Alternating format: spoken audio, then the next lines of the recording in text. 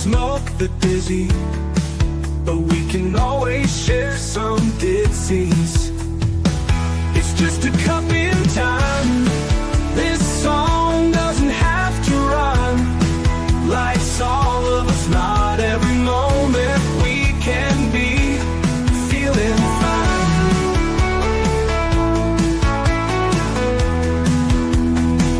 I wanna share a moment, just a second if you will, maybe even a cup of thrill.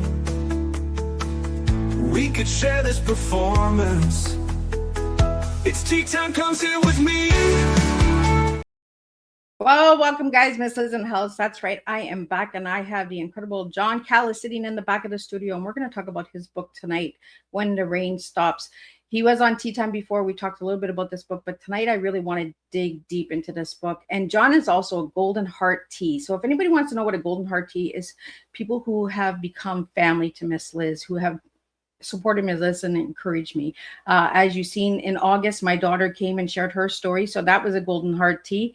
And then we also had a mother come in and share her Golden Heart Tea. So those are the little twists that Miss Liz is doing. I'm bringing in people that have become guests, who turned into friends, who turned into family. So that's who John is to me. John is a family member in my heart now. But before we get started, we're going to get everybody over to the YouTube, Spotify, TikTok, Instagram. You guys know all those platforms. Give those a like, follow, subscribe, and get these tea times out there, because we do make a difference when we share these tea times. And I couldn't do this without all of you guys. So let's get the disclaimer going, and let's get John in here with an incredible bio, and let's get spilling some tea. And tonight's tea is, again, we do not serve a beverage.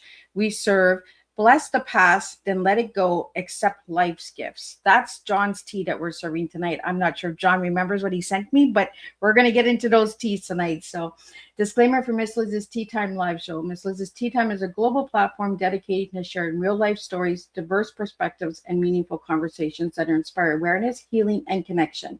I, Miss Liz, is going live using StreamYard. Before leaving a comment during the live broadcast, please grant StreamYard permission to display your name at StreamYard.com.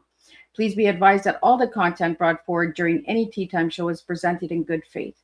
However, discussions may include opinions, beliefs, and perspectives that do not necessarily represent the views of Miss Liz or the Tea Time platform. Information shared by the guests is based on their own experiences and is perceived to be accurate at the given time of airing. All guest viewers and participants are responsible for using their own judgment when considering any action or decisions that may relate to these discussions. Some episodes may cover sensitive topics, including but not limited to trauma, abuse, grief, mental health, and other emotionally triggering subjects. Listeners' and viewers' discretion is strongly advised. Tea Time with Miss Liz is an open discussion forum designed to offer insight, inspire awareness, and create connection. It is not a substitute for professional, medical, legal, or therapeutical advice. If you require professional support, please seek assistance from qualified professionals or trusted resources in your area. If you have any questions regarding this disclaimer or the content of this discussion, you are welcome to contact me, aka Miss Liz, directly at my email, bookingmissliz@gmail.com, or visit my link tree at Miss Liz's Tea Time. By choosing to participate in, comment on, or view these live shows, you acknowledge and accept this disclaimer. Your participation is entirely voluntary. I, Miss Liz, welcomes you to join the conversation with an open heart, and if at any time you feel this platform is not right for you, I respect your wishes and decision and welcome you back whenever you are ready. Tea Time with Miss Liz is serving truth and awareness one cup at a time. I want to welcome everybody back to Tea Time, where stories heal, hearts remember, and purpose continues. Today's guest is one of those whose life's work has stitched integrity into creativity and meaning into media. Please welcome back John Callis, award-winning director, writer, producer, and mental health advocate. John's storytelling travels beyond films and into the places where healing begins. His work carries depth, honesty, and courage, reminding us that the rain does not last forever, even when the storms feel endless. John returns to the table with the heart of someone who has lived his stories and survived the chapters no one sees. His message of blessing the past and releasing what no longer serves us resonates deeply with Miss Liz's message of legacy, resilience, and transformation. So grab your cup and settle in. Today we reflect, release, and rise together. Let me get John in here. Let's spill some tea together. Welcome, John. Thank you. Nice to be here again. So, John, I'm going to take you down a rabbit hole and then we're going to get into the book. For all the new listeners out there that are tuning into Miss Liz now, who was John as a little guy and who's John now? Who's John? Well, I'm a 50-year veteran in the film business with 8 award-winning productions, including an Emmy nomination. Um, at 3 years old, my dad died, which started my long, arduous path of emotional traumas and hating the world. It hated me. I gave up my religion. I just didn't care. And by the time I was 12, I was pretty much a mess. And my parents were given an ultimatum: either send me to military school or reform school. And so they sent me to military school at the age of 12 from New York City to Virginia by myself, which traumatized the hell out of me because I was scared to death. I'm 12 years old on a train going nowhere and to a place I didn't want to be. And just to set the mode properly, the first night I was there, I got knocked out 3 times. Now, granted, I did have a bit of a mouth on me, so it wasn't unjustified, but maybe somebody should have explained the rules to me so I would have understood a little bit better that you don't say certain things and all that. So it took me until 15 years old where I decided that enough's enough. And I jumped in a partially frozen lake down my life. And something just dragged me right back out. And I said, there's got to be something more to this. And that's what started the process of the alternative John. I didn't want to be the victim. I didn't want to be bullied anymore. I didn't want to be hateful. I was filled with vengeance, and I just didn't like who I was. And so I had to make a conscious choice that it's my life and I can do what I want with it. And I don't want to be miserable. And that's where it started. So, John, your book during the time I was away, it really helped me a lot.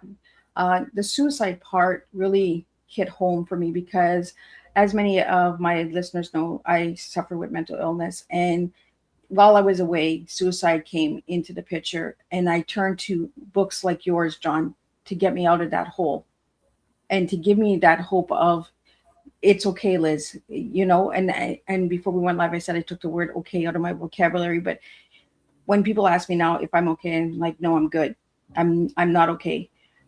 Because so many of us say we're okay and we're not, and before we went live, you gave me the word fair and rare to use instead of good, like that you use. And I think I'm going to start using those as well because everyone is fast to throw us off, right? When we say we're okay, then they leave the conversation. Yeah. As soon as you say okay, then the conversation stops. Yeah. Because they think, oh, you're fine, you're good. No, we're not good. We're not okay. So when I say good, I'm hoping someone will say, oh, she's not good. She needs some help. She needs some support here right now. So, or what do you mean by good? Right? Well, there's a lot of I can't even speak today. There's right at the word good. There's lots of good things in life. There's a lot of good moments. Good, like you can use good in a lot of ways. John, but how did you get to that point of sharing your story? Because it takes a lot to share what you share. Because your book is deep, and I really enjoyed reading it. Well, to get to the point that I wanted to share it, took a lot of mentors helping me to gain some confidence. Therapy, I decided I needed help because I had too many questions that I couldn't answer myself anymore. And I thought, I need some help with this. So one of the therapists said, you seem a little complicated. Why don't you just write a couple pages about what's going on in your life and past or something? And so I sent it off to him, and I walked in the next time, and he just went over. He had tears running down his face, and he hugged me. He says, I have no idea how you got this far in life. I said, well, that's reassuring. Am I getting charged for this, or can I charge you now? And so we had a good laugh, and we started talking about it. And I decided to journal for a long time. So I was just kind of writing whatever came to my mind and everything. And I saw other people really suffering. And for some reason, and this wasn't like God came down and gave me a blessing or anything, but it seemed like people were engaged talking to me, and they felt safe because I wasn't judging. I wasn't asking. I wasn't telling them how to live their lives. I wasn't trying to be their life coach because so many people have taken on that that role who have no idea what they're doing. And I just wanted to explain to people that this is how it happened for me.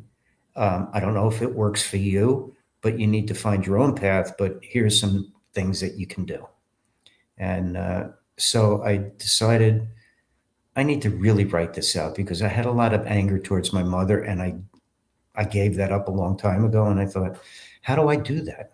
And I said, well, what if I wrote the story from the beginning as the little boy's perception? Now, we all know that the perception of a little boy is quite different than the perception of what maybe was happening at the time. And so as I was writing it, I thought, this isn't doing it for me yet, because it's making me feel like I'm telling everyone my mother was a real piece of garbage, and that's not what it was. So I decided to do two voices. I would tell about the little boy, the life of the little boy, what I was going through, and then in a gray box was the adult looking back at that moment and saying, "This is what really happened, not my perception of what was happening." And so you get the duality of the adult, because I didn't want to write it from an adult perspective because it distorts what the little boy was going through. So then I started out writing it as a third character. It wasn't my memoir. And my editor and my wife both were screaming at me one night. They said, "No, you got to put it to be you." I said, "I don't want to do that." They said, "John, nobody's going to believe this. And they're going to just think you just made up this stuff. You've got to be, you're so honest in the book. You have to tell them the truth." And I said, "Okay." And that was a little scary, to be honest with you. I was about to put my ass out there and in a very naked way. And I said, am I prepared for that? And so one night I had this cathartic moment saying, "Hey, you've never been afraid of honesty. You've always spoken the truth. You've never hurt anybody intentionally, certainly. And if people in your life have taken what you've said to them and tried to use it against you, you've had enough strength to walk away and not turn around." And I thought, okay, so that's the genesis of the whole thing. Well, that's what I really enjoyed about the book, John, was that it was real and raw. Raw it was. And and that's how we heal through writing, is by getting that rawness in there. And it's scary, uh, because I've shared my story as well in books, and I had to get raw. And when I read my chapter for the first time a couple weeks ago in the first book I wrote, I was just like, whoa, who, oh, was it ever raw? That Yeah. it re-traumatized. Do you feel like when you read your story over, do you read your story over, John? Yes, I do, because I don't want to forget. And Yeah. and does it traumatize you when you read it? Let me put it this way. When I was writing it, my wife would come by the office and she'd see me crying my eyes out. And she said, "Are you okay?" I said, "Yeah." She goes, "What's going on?" I said, "I'm being so honest that I'm actually reliving those moments, and they're really effing painful." And she goes, "Maybe you should take a break." I said, "No, I'm so tapped into it right now. I just need to keep going." And then I would come out and I'd say, "Oh, wow, that was rough." And so I think it's good to go back and reread it, because it just reminds me of the path I've gone through to get to where I am. And it reassures me that it's my life, and the story I'm living is the one I chose to write. So, John, how did you get the title for that book? That's an interesting question. I was thinking about what my heart felt like. And I just felt like every time I turned around, there was rain pouring into my heart. And it was flushing, it was drowning me. And then one day when I was sitting on the beach, it was little drizzle, and it all of a sudden cleared up. And the sun came out. It was almost biblical. There were shafts of light. And I was writing the last poem that's in the book. And I stood up and I put my arms out. I said, "When the rain stops." What a great idea. It stopped, and all the pain is leaving my heart. And that's basically how it came about. Well, as you're talking about the book and the cover and the sunshine, I'm going to bring your book up so that the people that are watching the video right now and watching the replay later, they can see the cover of the book so they know what book to go and get. Okay. So it's kind of like you described, John, like the sunset and the clouds opening up. So how did you come up with the colors of the cover? Well, I went down to the beach and I had my wife take pictures of me with my arms outstretched, and I was going to do a silhouette like that. And I sent it off to my editor, and he said, "I'm not sure what you're doing there." I said, I'm flying. I'm fishing. I don't know what I'm. I'm a lightning rod. I don't know. I mean, I thought it was kind of a cool image. He goes, "Yeah, it's cool, but it doesn't work." I said, "Okay." So he said, based on your whole idea in the book, why don't we do something with the sunset and some nice storm clouds above and the ocean without you there fishing? So I said, no, let me see what you come up with. And he came up with this cover, and I went, wow, that's powerful. I like the color flow because Yeah, it's kind of heavy on top. Like the clouds are a little dark blue, then they soften up to like a lighter gray, bluish, and then it kind of gives you like a. And those are my two favorite colors too. So blue and orange are my favorite colors. So I just kind of love the cover right for the colors. So. well, the editor, his name is David Lewis, by the way, another brilliant writer, started playing with the font too. He said, I want to do a big font and a little more. And I said, isn't that going to look weird? And he said, well, take a look and you tell me. And I took a look. I said, I think that's great. I mean, everything that he's really good at design. So I said, let's just go with it. So we have some questions that came in about the book that I want to get out to you tonight, Great. John. I want to dig into them, and then we're going to do some lightning bolt questions and all that. Get some fun in here. But we're going to start off with what moment in your life first inspired you when the rain stopped? Oof. There were a lot of moments, but one memorable moment was when I moved to Colorado. I was living at one of the last houses before it turned into the national forest. So I was pretty far out in the mountains. And my neighbor's name was Mark O'Brien, passed away many, many years ago. And we called him OB. And he and I were talking one night in front of the fire, and he said, I get something behind you. Now, I had no idea how spiritual this man was. I said, what do you mean behind me? He goes, there's a story in there that you're not telling me. I said, what do you mean? He says, what happened to you? I said, really? You're going to make me go through this? He goes, oh, yeah.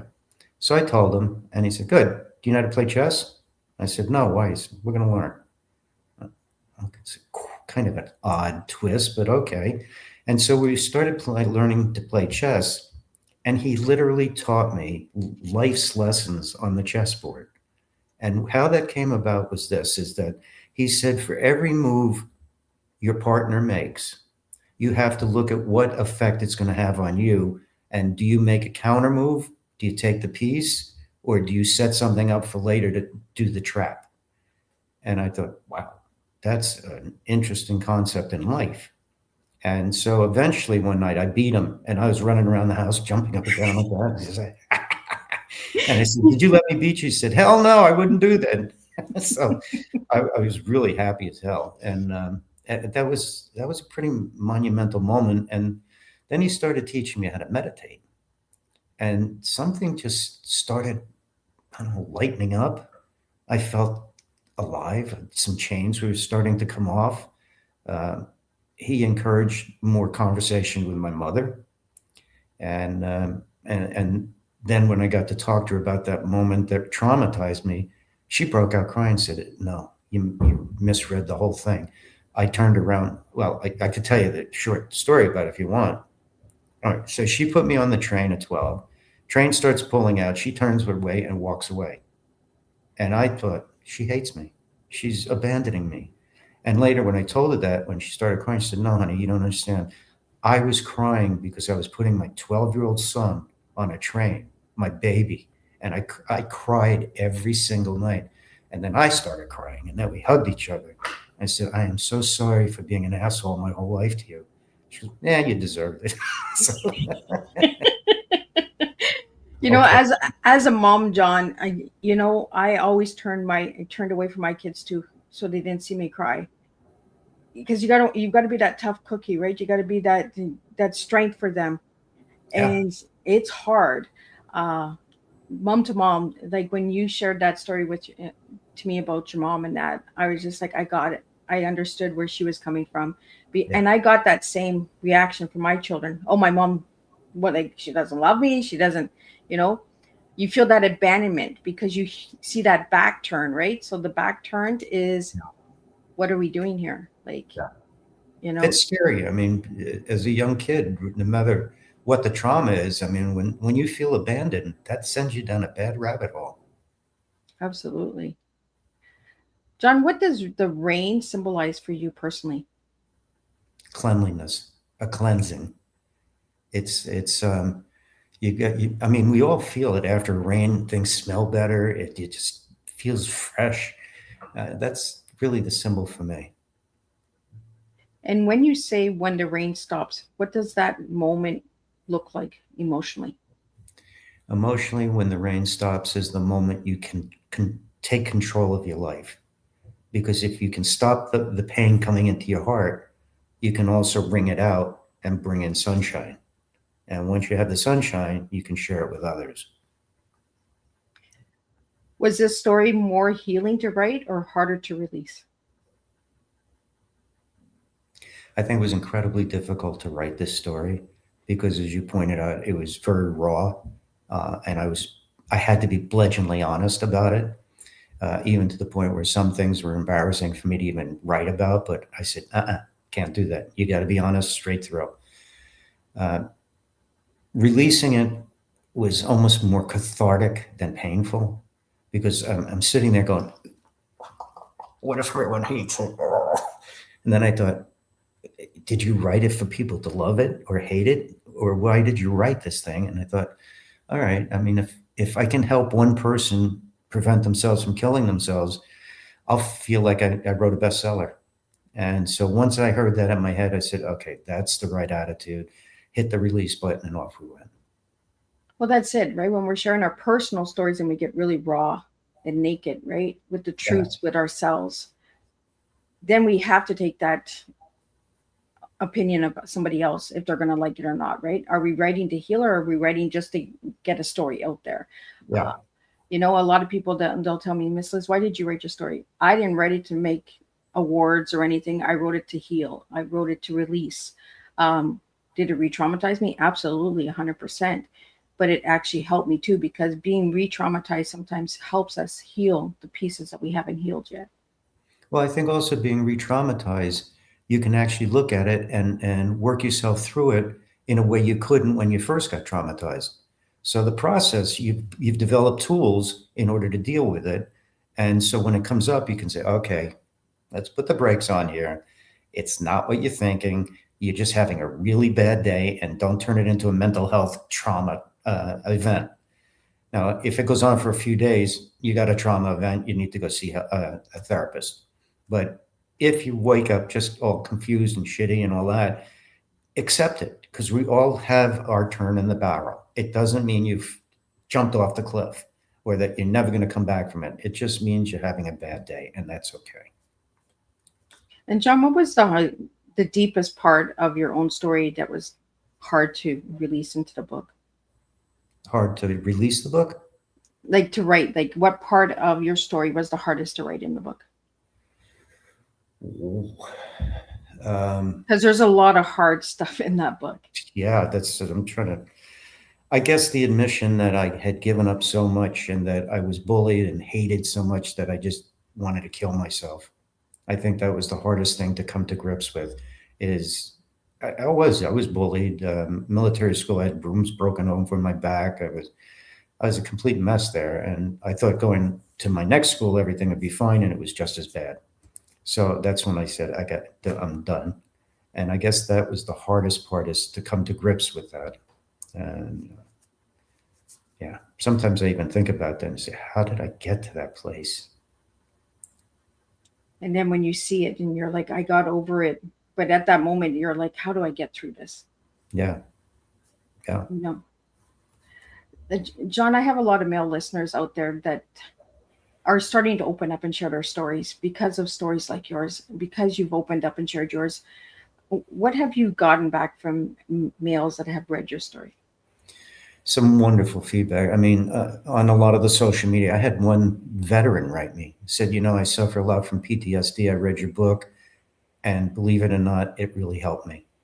And so we had a little exchange. I said, look, here's my number, here's my email. You ever need to talk, I'm here for you. A woman called me and said, do you mind if I talk to you? I said, no, not at all. She goes, well, what do you charge? I said, how about we don't worry about money and we just talk? And she goes, really? An hour and a half later, she was laughing and having a good time. And she said, I feel like you channeled everything my mother would have told me because she had passed away.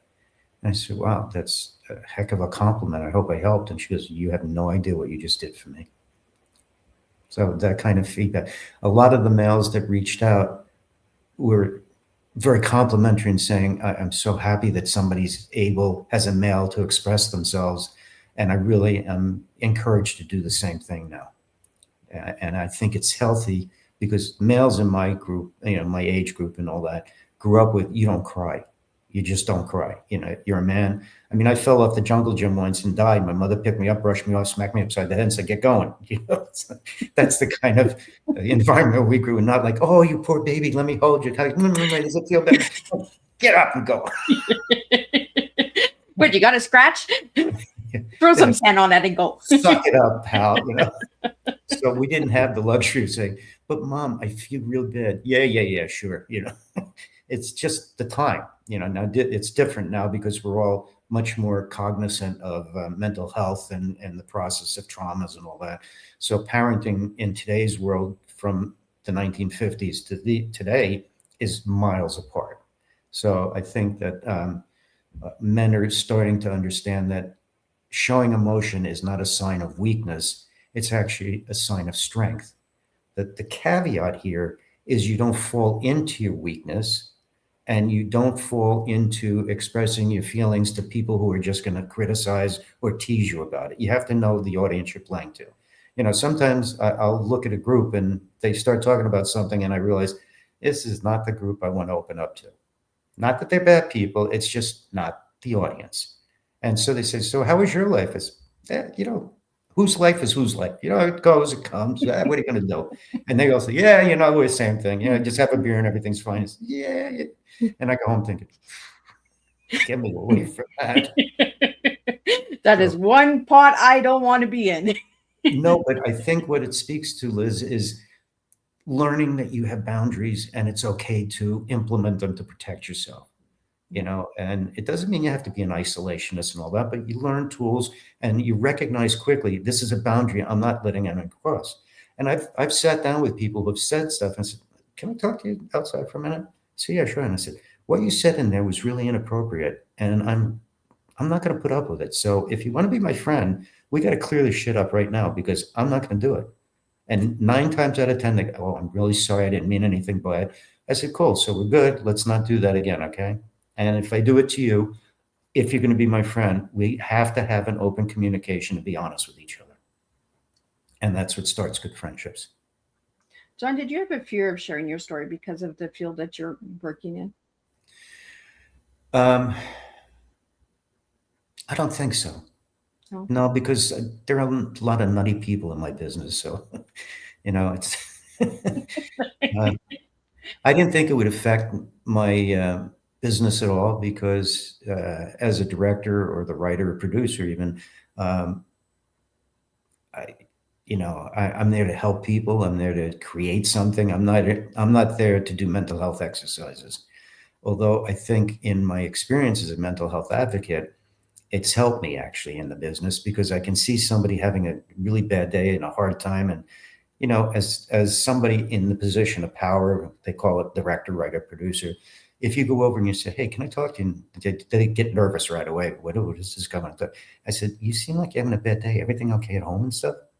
And you can just see their shoulders go like this. I'm really sorry. I didn't mean to bring my shit to the set.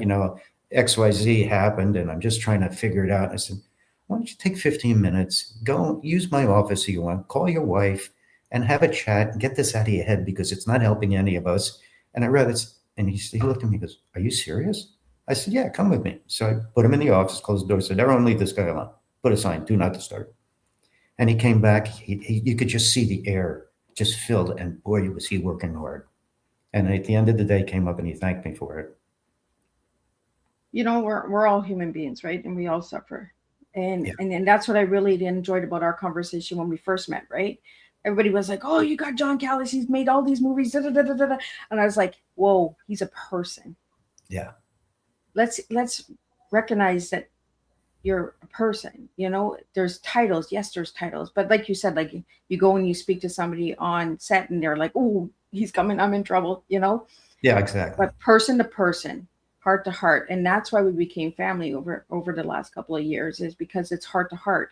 It's not title to title. It's not like podcaster against director here. It's like we could have a battle on TikTok, you know. But you have become a friend to me. You have become family, John, because of that relationship that we built together. You I know. feel the same way, Liz. Um, I'm going to try and keep my posture here. No tears. But I really do appreciate the time that we have had together, John. You know, Me too. I want to get into, if healing had a sound, what would it be, John, for you? If I had a sound, If it had a sound.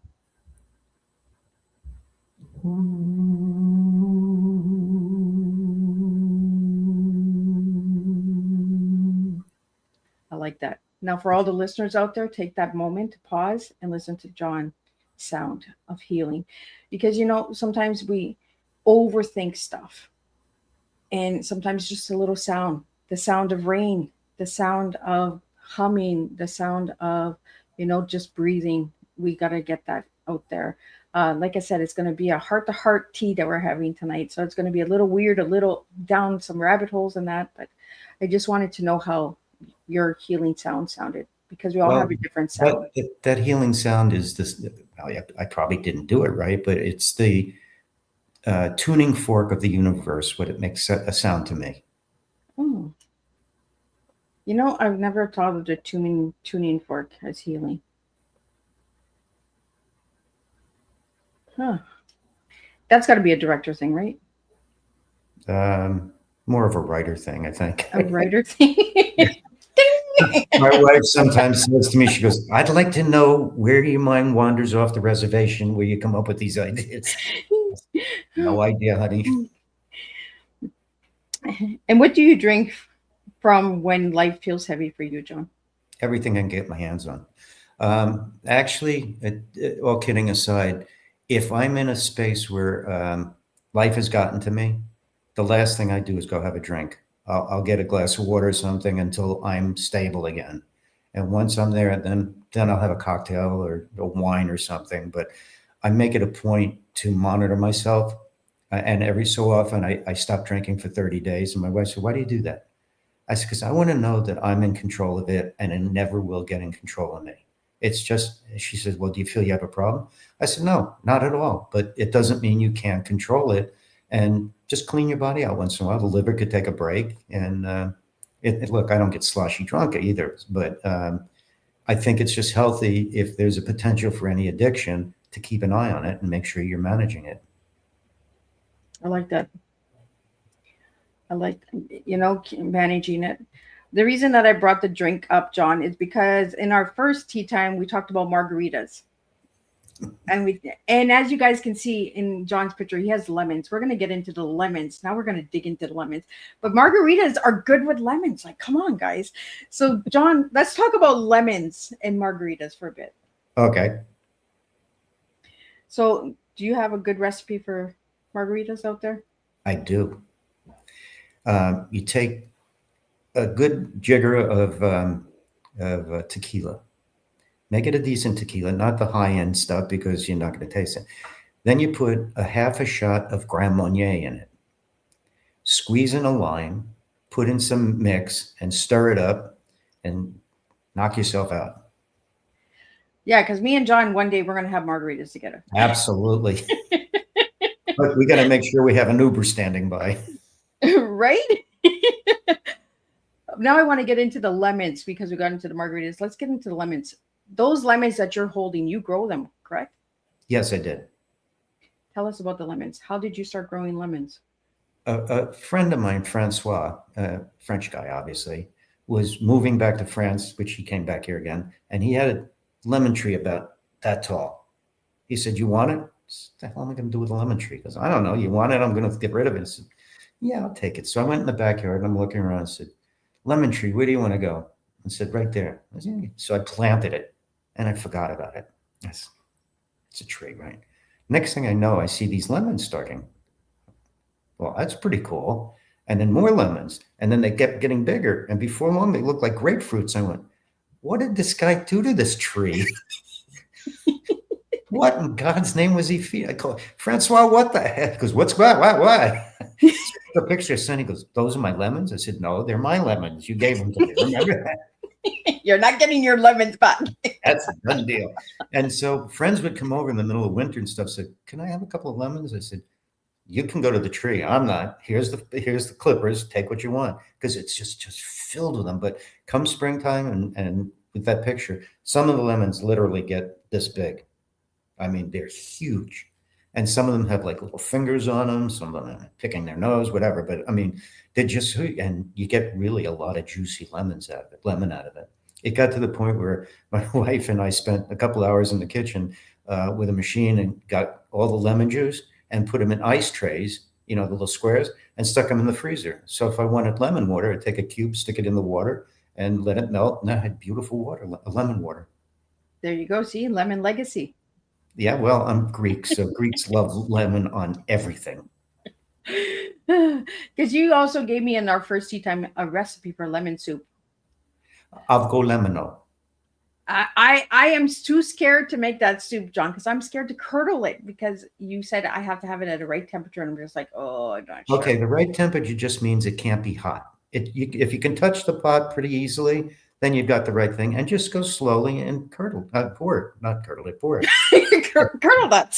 Curdle it, and then you'll call me screaming. You told me to do it this way. Sometime we can FaceTime each other, and I'll put you in the kitchen with me, and we'll just go through it. Yeah, absolutely. We'll be making lemon soup together. Well, what did you call it? Avgo lemino. It's a Greek name. Lemino. Avgo. Avgo. Avgo. Avdo. Avgo. Avgo. Lemon. Lemon. Oh. Avgo lemino. Avgo lemino. Close enough.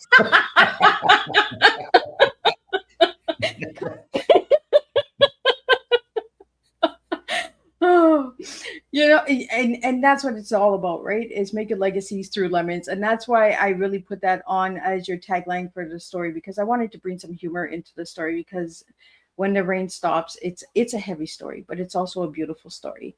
And I wanted to bring the lemons in because those were the lemons you were given as a child, and you made lemonade out of them. You grew the tree and it blossomed.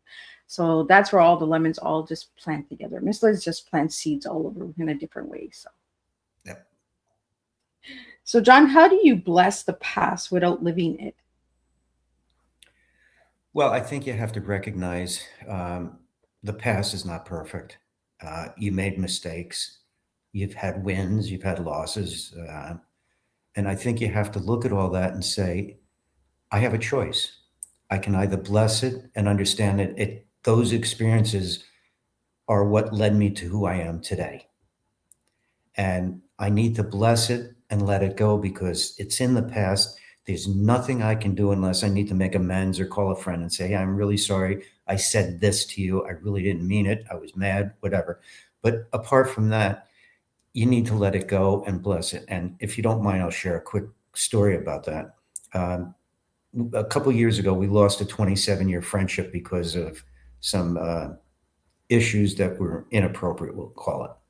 And my wife and I were sitting there, and she and I were both pretty upset about it because we had a really close relationship with these people. And I said to her one night, I've been thinking about this, honey. And she goes, yeah. And I said, I'm not going to piss on the last 27 years. She goes, I don't understand. I said, I am going to look back and remember all the fun we had traveling all over the world with these people, dinners and parties and births. And we had Christmas together and Thanksgiving. Why should we sour that? Sometimes life just says there's a road, and sometimes the road ends and it's time to switch to another road and path. And she goes, I liked it. you think we can do that? I said, I don't think it's going to be easy because of our attachment to what we had, but it's an opportunity to kind of push the reset button and start over. And so one night, a year and a half later, we were in a restaurant, and this couple was sitting next to us. And I just happened to look over and said, "What are you eating?" And he told me. I said, "Can I have a bite?" And he looked at me and goes, "Yeah, you want one?"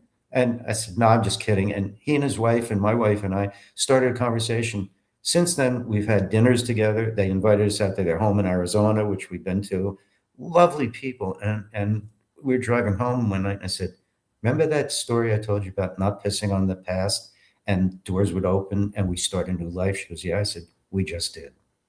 We're creating our new life." And we have two great kids. We have food on the table. We've got a roof over our head. We've got a lot to be grateful for. Let's bless the past, let it go, and enjoy the future or the present. Sorry.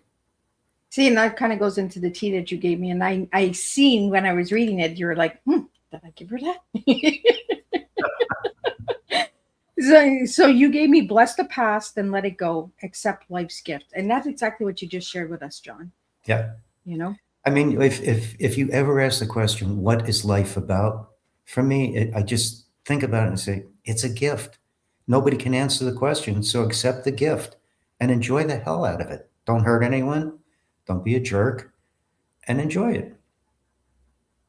I like that. See, John's straightforward. Don't be a jerk. I had a guest on yesterday, Brad Anderson, and he said that the same thing. Don't be a jerk. Like, you're driving home in the car. Everybody's got something going on. Just, don't make it harder for other people. Or you can help me write my new book called "I'm Okay, You're an Asshole." It was Is that coming out anytime soon there, John? No, I'm kidding. You just never know. I said that to Linda, my wife. I said, "Yeah, I'm going to write this book." And she looked, she goes, "You're not really, are you?" I said, "No, but it sounds fun, doesn't it?" She goes, "Yeah, I can understand it, but no." You might get a lot of good readers on that one. It probably will. John, as a returning guest and a man who has lived so many creative lives, what would you say to someone standing at their own crossroads between holding on and letting go? Creatively or just in life? In life. Just in life. Life is complicated. It can be. Holding on and letting go. Well, I think you first have to acknowledge what it is the situation is that you're holding on or letting go of. If it's life threatening, you need to get help right away. If it's, do I hold on to this friendship or let it go? You have to ask yourself, is it enriching my life or is it causing me issues? And if it's causing you pain and suffering, you got to let it go. For example, many years ago, we had this group, but there were a couple of people in it that every time we wanted to do anything, it got so complicated and so confusing. And it was always major issues and all that. And we just stopped seeing them. And one day we looked and said, our life's so much more calm without this garbage in our life. And so we made a decision to let it go, even though there wasn't any single thing you could point to and say, this is what broke it up. It was just the ambiance of the personality sucking the air out of the room. And we didn't want to go with that air. So we said, we got to let it go. If you want to talk about holding on, if you're a good friend, the first conversations you should have with a friend, which I've had with mine, is if ever there's anything that we say or feel about each other, do not go to somebody else. The only two people that can work it out is you and me. So call me or I'll call you. And we can even start out by saying, this is one of those uncomfortable conversations we need to have. Please listen. I don't mean disrespect. And a friend of mine did that to me about 6 months ago. And I listened to her and she goes, what do you think? I said, I'm totally okay with that. I'm happy to do that for you. And she goes, you're so easy to talk to. I said, well, so are you, because we're friends and you told me how you felt. And the last thing I want to do is hurt your feelings in any way, shape, or form. So we will stop with that and we'll go on to something else. And that's what builds a really solid friendship and one you can trust. Because if you're honest with each other, then you can feel more vulnerable and never feel like they're going to hurt you. Absolutely. And when you feel heard, the friendship grows and you feel safe. Exactly. John, What age was it when you first felt safe? About 2 hours ago. Let's see. When was I, Before it came to you, Liz. the minute we started talking, I felt safe. um, I guess the transition was when I was around 19, living in Colorado, because I had gotten out of the muck and murk of all of the private school, military school, all of the bullying and all that. And I was in a mountain town where people were just like filled with love and peace and happiness, and the whole hippie movement was in full bloom, and I just fit in like a glove. And it just, I think that was a cathartic moment. And John, what life lessons did your story teach you after sharing it? Not to be afraid of life, not to be afraid of life, and take it on with love. Take it on and say, I want to live my life. And when I die, I hope I've made a difference, even if it's in the slightest putting a seed in the ground and letting the next generation go. I don't want to live my life where I have any regrets, which I don't. I don't want to live my life dying thinking, geez, I could have been a better person. Um, I'm not Gandhi, so I'm not going to be able to cure the world in any way that way. But it's a gift, and I just don't want to ruin it. And John, how do you stay grounded when sharing heavy material like this? Just by being honest. I mean, if I was uncomfortable with being honest, we couldn't have these kind of conversations. Also, a friend of mine who is a world-class acupuncturist, another friend died, said to me, anytime you're not feeling grounded, go outside and there's a rebar near your house where the electricity, for lightning and stuff. He said, take your hands and hold it for about a minute. I said, why? Because if it can ground out lightning, it can ground you out, because all you are is an electrical current. And I thought, okay, he's smoking too much weed, but I'm going to try it. He's smoking the good stuff. He's smoking the good shit. I want some. So one day I was I like, don't smoke the disease. It's in my intro. we'll cut that part out. Don't worry. So one day I was like really nuts, and I thought, okay, Roger. And I went outside and I grabbed hold of it and I said, okay. I closed my eyes and I just started breathing. And about a minute later, I opened my eyes and I thought, wow, that actually worked. So I was good. John, how has dark humor saved you? How is it? How has it saved you?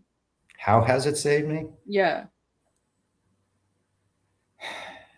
I guess until you get to know me, I present a very lighthearted, and I've got some dark humor for sure, no question about it. But I really enjoy. Only his good friends know that. I really enjoy making people laugh.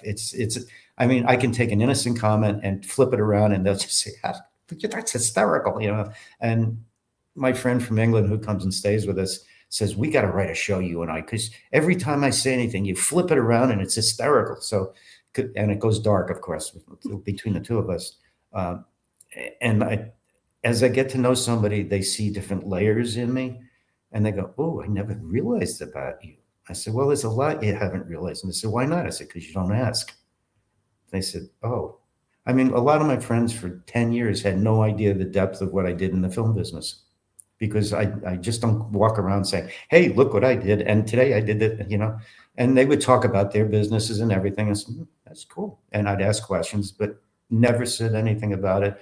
And one night, friend said, I see all these little awards and shit around your house. What do you exactly? How much do you do? I said, well, it's a little website called johncallis.com. Go visit it. And he'd call, he goes, holy crap, you've done a lot of work. Why didn't you ever say anything? I said, why didn't you ever ask? He says, well, I figured you would say something. I said, what am I supposed to say? Hey, I'm really good at this. It's just not my style. It's just not who I am. Well, I think a lot of people assume that that's the character you should have, right? Because you're in that industry. A lot of people think that the entertainment industry has a lot of ego and a lot of, look at my awards, look what I've done with. Where a lot of entertainers that I've met and interviewed are more to the side. They're like, oh, well, if you really wanted to know, just ask about it. Like, I'm not going to tell you that I did 200 movies and 300 commercials. And when you go to johncallis.com, you see the work that John has done. And some of them even surprised me. Like, I was a Bobby's World fan when I was a little girl. And when I found out that you did Bobby's World, I was just like, oh, look at that. The universe brought us together. Yeah. I have a cell from the show of Bobby with his finger up his nose. Every time I need a laugh, I pull it out and I put, okay, thanks. I needed that. What else has stand out for you in the film business that you've worked on over the 50 years, John? Well, lots of experience, but I guess for me, the gratitude that I came into the business knowing absolutely no one. I had no nepotism. Um, and I managed to break into a very difficult business that I thought was going to break me. And I just refused to go down. I just kept going. And I got really creative with trying to get into companies. For example, I went down to Chinatown and I brought a stack of resumes and I said, can you make big fortune cookie? He goes, yeah, what do you want? I said, I folded up my resume. I said, I want you to put this inside a cookie. He goes, oh, big cookie. I said, yeah, big cookie. He says, how many you want? I said, 100. He goes, okay. He gave me a price. He said, come back next Tuesday. So I came back to a big box with these giant cookies, fortune cookies. So I would send them out in boxes. Says, you know, hire John Callis, your toe fall off. And they would open the cookie and there's my resume, because people were like cutting dolls and making in different colors and all that. And I said, I got to stand out. So that started getting me work. Then I called one company and I said, can I speak to Kay? And Kay's the executive producer of this company, or was. I said, can I ask what it's regarding? Everyone says, well, I want to do it. And they all say she's too busy. I said, well, I'd like to do my dancing bear routine for her. And there's a pause and she goes, a what? I said, dancing bear routine. Hold on a minute. And so Kay would get on laughing. She goes, all right, I'll bite. What's the dancing bear routine? I said, well, everyone's trying to get in to talk to you, I imagine. And I don't want to waste your time. So I thought if I could come down and do my shtick and see if you like me, we can go from there. She goes, come on down. I want to meet you. You sound funny. So I went down and she interviewed me. She goes, we got a commercial next week. I'd like to hook you up with the director. You'd be his assistant director. Is that okay? I said, sure. And she goes, what's your rate? I said, what do you got in the budget? She goes, oh, you one of those, huh? I said, what do you mean one of those? She goes, you'll take what I've got? I said, well, I'm not going to bid against myself if that's what you're asking. And she says, I like you already. So after the show, after the commercial, I went up to her and said, thank you very much. I really appreciate the work. Keep me in mind. She goes, well, you didn't like working with us? I said, yeah, I do. Why? She goes, well, we got another job next week. I said, great. I'd love it. She calls me the next day. She said, Lee doesn't want you as an AD. I said, okay, fair enough. I'll move on. She goes, no. You misunderstand. He wants you as his producer. I said, what? Now, I said, okay, sure. I did one job with him and wound up spending every day for 3 years with him. He didn't want to let go of me because I was always bringing stuff in under budget. I would give him whatever he needed. I made sure everything was tight. I was really good at producing, but I don't like it. It's just not what I like. And it just kind of experienced that and then transitioned into the trailers that I did. And so I was doing those with a company for my company. So I co-directed and produced them as well. So I guess the gratitude of having those opportunities and turning them into further opportunities was a real blessing. And some of the celebrities that you've worked with, John, which ones stand out to you the most? Every one of them, if you saw them in public and you weren't in the business, you'd be kind of gobsmacked, like, oh God, really? Mel Brooks, Mel Gibson, De Niro, who else? Oh my God, the Rolling Stones, and you'd lose your mind, They came in and were there to do a job. And I would introduce myself, they'd introduce themselves, and I'd bring them to the wardrobe and all that. Say, you need some coffee or anything? They say, oh, that'd be really nice, thanks. I said, you hungry? Because we got some nice fruit. I said, I'll wander over the craft service and take a look. And they treated the crew really nicely. I had, in my 50 years, one actor that came in, and I don't want to mention his name, but he was like, and I'm the better actor than him. And he was throwing a shit fit all over the place. And my whole crew looked at me and said, you got your work cut out for you, pal. I said, thanks, guys, for the support. So I said, I'll be back. So I go into the dressing room and I close the door and say, hey, can I talk to you? He goes, yeah, sure. I said, when you came in here and you started going off on this other actor and saying you were that, he says, yeah. I said, you're right.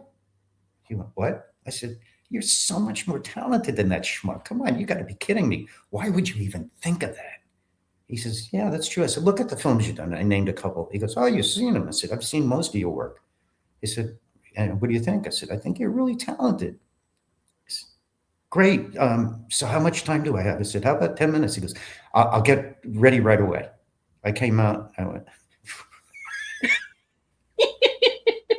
and he behaved himself the whole shoot. But you gave him that time again, John. Yeah. The time matters. It's like the beginning of our conversation, where you had another person you worked with and you just gave them that 15 minutes. Go take 15 minutes because you're just ruining the environment. Take time and recharge yourself. Yeah.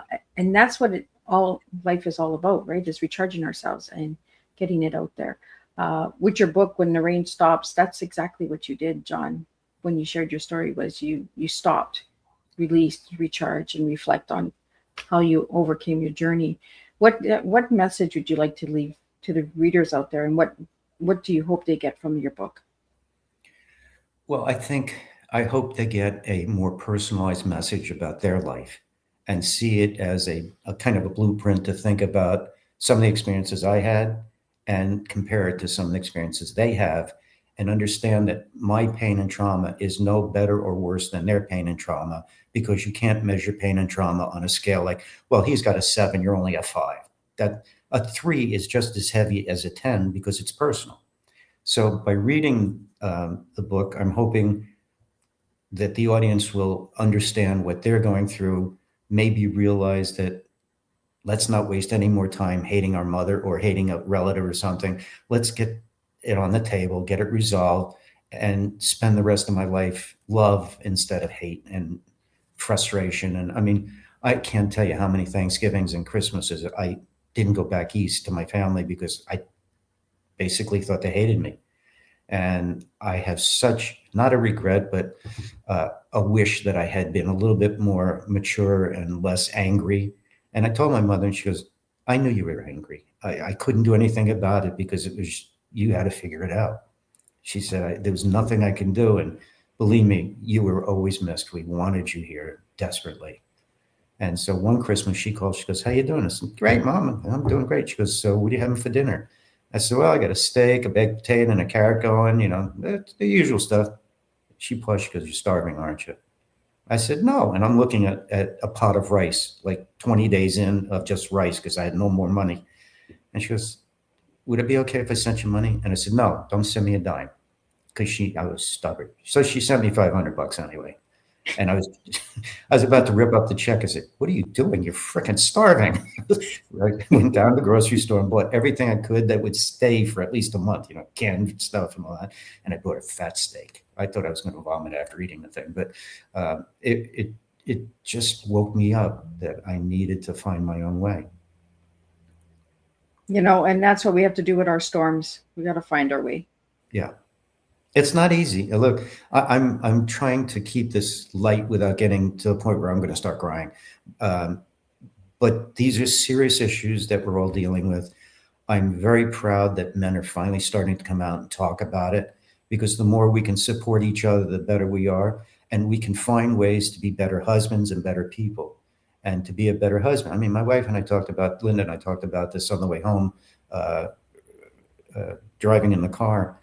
And I said, Linda, without you, I would never have been the person I am. And I said, a lot of women that I talk to say, oh, God, I wish there were men like you around when, that are free. I said, no, you misunderstand something. If you had met me before I was married for 34 years, you wouldn't even talk to me. And I said, what do you mean? I said, I was the roughest stone you could ever possibly imagine.